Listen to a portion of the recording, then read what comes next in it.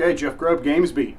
I am here today to review the Razer Man of War headset. It's out now. It's $170. It is Razer's first foray into wireless PC gaming headsets. I'm going to throw that box over there.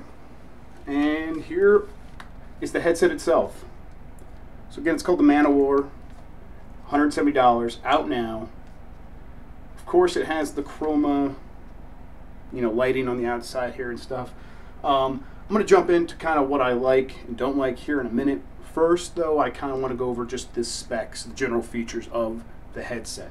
So, as I've mentioned a couple of times already, $170. It's a pretty great price for a wireless headset. It's wireless, over 2.4 gigahertz radio waves, and it has a dedicated dongle, USB dongle, that you plug into your PC or PlayStation 4. If you do use it on PlayStation 4, it doesn't use the 7.1 surround sound that you get on the PC. Instead, you just get 2.1 surround. So that 7.1 surround, that is Razer's kind of virtual surround sound system. It works. It's easy to set up. It works with you kind of just point on a dial where you think the sound's coming from, and it kind of automatically adjusts and kind of creates that virtual surround sort of sensation. I know some people don't like Razer's virtual surround, but it worked for me. It was good. So that is a feature that comes with this. It is also, as I showed you, has the Chroma Lighting. It cycles through. It also has some other options if you want to, match this up with like some of your other lighting or some of your other Razer products. It'll do that.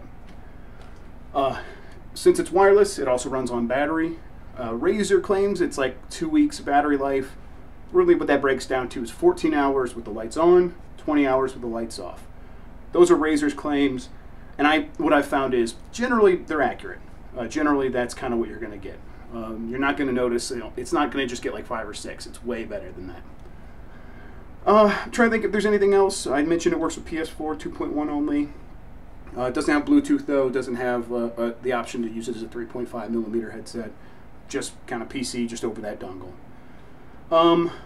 Let's kind of jump into what I do like, and we'll use this sort of talk about the form factor. So first, I kind of want to just say I really enjoy the design of the headset. I like the way it looks. It's got an attractive profile, I think. I like the airiness, the openness of that design. I like the way the plastic looks, especially this matte plastic here. Not so much this shiny one. I think that could look a little bit more expensive, but it doesn't bother me. And I actually do like, the lighting. I like the way that this logo changes colors and sort of the surrounding, accoutrement, whatever the hell that word is. The detailing on the phones themselves, I think looks really nice. And I'll include some video here so you guys can get a closer look. More in terms of the design, like I said, the shiny plastic I'm not a huge fan of. It's also a bit hollow sounding, but I don't think that's a bad thing. I think that's actually a good thing because it's light. It is 0.85 pounds, 375 grams, I think, in that range. And that is incredibly light. It means I can pop it on here and I'm good to go. And I don't, it's not going to strain my neck. I've used it for hours at a time with no discomfort at all. And that's because it's less than a pound. That's a big part of that. And I think that might mean getting some plastic that feels a little bit less expensive than maybe some other materials. Other design elements that I like the button placement. So you can see here's the power button. This is on the left phone. There's the micro USB power port, and here is the microphone dial. This controls the volume of the microphone, and if you push it in, you can mute the microphone. On the other phone, you get, start here, this is the speaker volume. Again, you can push it into mute, turn it up and down.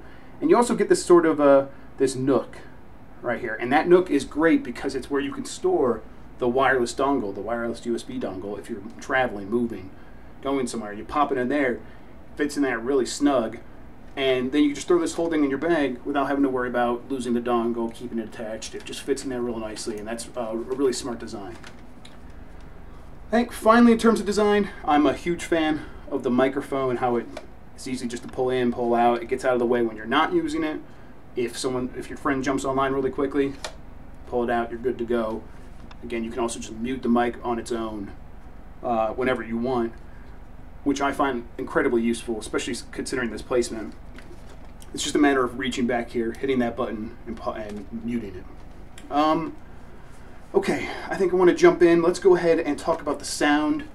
I think that, first of all, that virtual surround, it works really well for me. Again, I know some people don't like Razer's method of creating that virtual surround. There's other, more accepted standards for that. But, get over it. The Razer app is an easy way to set it up. It works. It's not, I'm sure it's not for audiophiles. It's for people that just want something that's going to come out and work, and that's what it does. Once you are listening, I compare it to, I have a pair of Sony studio monitors, and I'm sure I just wrecked the microphone right there, that I'm comparing it to, and I think these sound pretty much equivalent. They have really full high-end noises, really high-end sounds. You're going to be able to pick apart different details. In a game like Overwatch, I was able to tell the difference between all the different things that were happening in the world around me. And if you play that game, you know how important audio is. The game itself, automatically makes more dangerous enemies sound louder, but I could still also hear all the other enemies below that because it was really just nailing the very discrete noises and picking those up and delivering them to my ear. On the low end, the bass, it's also kind of equivalent to what I have in my normal wired headphones, which I found really impressive. Especially since the battery lasts so long, this thing's still just kind of rumbling away. It's sounding really nice. On the microphone tip, this is not going to replace your normal recording setup if you do videos like these. This is not going to be, you're not going to do like in-studio hosting for an esports event with this microphone. It's good, though. It is good for communicating. It's crisp and clear for a headset mic. It's crisp and clear for doing audio with your friends. They come online. They're going to be able to hear you no problem. Well, actually, let's go ahead and jump to a clip of me using this right now just so you can get an idea of what that microphone sounds like in a test of its own. Okay, this is what it sounds like. You can see that I'm using it. I can quickly adjust the volume. It could get really loud, so I'll turn it up. That's all the way at the maximum right now. I'm sure that's really loud. If I turn it back down, though, this is kind of where I typically keep it. It sounds a little bit more mellow. I can also mute it at any time. Hear me, but now I'm back and I unmuted it. I think that's really useful. But again, you can hear this is not going to be the mic that you turn to for videos. It's the mic you use for communicating with friends, which is just as important and something you need a headset to be capable of. So this is what it sounds like. I think it's good. And back to me. Okay. Again, I also like how the microphone retracts, gets out of the way when I'm not using it. That's very useful.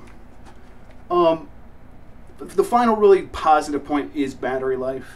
I know Razer talked a big game, 14 days, 2 weeks or whatever of gaming. It's a big number, and it's not exactly true because it bases that on, Razer bases that on 2 hours of gaming a night. The point is if you kind of charge it once every couple of nights, it's not something you're going to have to babysit. The battery lasts a really long time, especially if you turn off the lights. I have had situations where I kind of didn't really pay much attention to it, and yet it still was there ready to go, even though I didn't have it plugged in. The only time that I had it die on me, and it was just once, that I kind of had it die without me realizing it was going to die, was I went on a trip, and I came back, and it was unplugged that entire time, and I put it on, and I must have used it before I left, because when I booted up, it took, just after a couple minutes, it died, and that was a bummer. But other than that, any other sort of typical usage of me kind of using it every day as my everyday gaming headset, the battery has not been a concern, which I just think is wonderful, because it's not something you want to worry about when you're playing games. You want to get rid of the wire, that's awesome, but then you don't want to trade the wire for, this nagging feeling that the battery is going to die in the back of your head. Let's jump to the negatives now. I think that there's only a few minor things. I would like to point out that it doesn't bother me but again, the plastic, the materials, you know, it can feel a little less premium than maybe some other headsets. Again, I think that's a good trade-off for the lightness, for just how comfortable it is to wear for long periods of time. It's a fair trade-off for me. I understand though, if you don't mind having a few extra grams added to your headset, that extra mass to have that more premium feel. That's going to be a personal taste thing.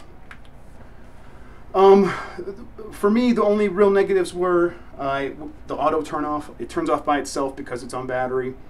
If you aren't listening to music and you're not in a game and you're just getting like notification sounds from your computer, from your system sounds, like I have Twitter, I have Slack, Convo, those will send notification sounds out to my computer, and when those ding, I want to hear them. However, if I only have those, they're infrequent enough, and I think they only last for a second, and the thing doesn't really recognize that as an ongoing concern. So it'll still turn off even if those things are happening regularly, and that's a problem for me. And I couldn't find the auto turn off controls in the Razer Synapse app. Once it does shut off, it just shuts off, and then it takes like 5 seconds to get it back on, which is frustrating. Doesn't sound like a long time, but it's like if I'm wearing these things and I'm trying to all of a sudden turn on a video, or I'm just trying to hear the notification sounds, I gotta wait, hold this button down forever, get it to turn back on. You can see it's turned off now. It kind of seems like it should be it should have power steps. It should go from full power on, and then if it feels like you're not using it anymore, it should go to like a 30-second period where it's like, okay, do you really want me to shut off? And then if you hit the button again, it just comes right back on with just one button press. And then after that 30-second period, if you don't do anything, then it shuts off. Instead, it just goes right into shut off mode, and that's frustrating when you're in the middle of use. The only other major negative is that I wish it worked on more devices, and I know that's unfair. I know that this is a PC gaming headset. It's what it's supposed to be. It works on PS4, and that's like a bonus. However, I kind of wish that it worked on my tablet. I wish it worked on my phone. I would love to have this connect to Bluetooth to my phone so I could listen to podcasts, and then if someone calls me, I just whip out the microphone and then I could talk to them, and still have my hands to do the fucking dishes or whatever. But that's not an option. No Bluetooth. That's a bummer. Yeah, so those are the negatives. Let's kind of wrap this all up now. My final thoughts. I think the Razer Man-O-Wars are excellent. I really do. I recommend them. And again, my personal scale for these sort of reviews are recommend, don't recommend. For most Razer products, I found myself just saying, yeah, I recommend them. They're making good stuff these days. They're making good laptops. They're making good capture cards. They're making good headsets. I think, however, if you're like not dead set on having wireless, if you could live with a wired headset, I would probably still suggest saving the money and going with like a HyperX Cloud. It's a really good headset. Sounds great. Has it wired, but it's like cheaper than this, or more. It's less expensive, and you probably get a little bit better audio quality. It's the best for most people. However, if you do need wireless and you're kind of on a budget, I don't think you could do better than these. Compared to the Logitech, which are kind of in the same range, those are the G933 Artemis Spectrum. That's a good headset, but I think they're ugly, and I don't think that they're in any way significantly better than these. So I would probably pick these because they look better, they're lighter, a little bit lighter, and they feel better, and the battery lasts longer. That's a huge deal. If you want to jump way up, Astro, I think their wireless headsets start at $300, and at that point, that's a lot of money to be spending on a headset. And again, I don't know if it's significantly better to the point where it's worth that much money. The Astros are a little bit better, but I don't know if they're $130 better. So for me, and the price to quality ratio that you're getting from the Man-O-War, that kind of makes it easy to recommend. And I think, with that out of the way, I am going to end the video and say goodbye. Thanks for watching. Again, GamesBeat, Jeff Grubb. You can find out more about the Razer Man-O-War, and that rhymed, on GamesBeat.com. I'll have a full written review there as well. So thanks for watching. I'll catch you next time. Adios.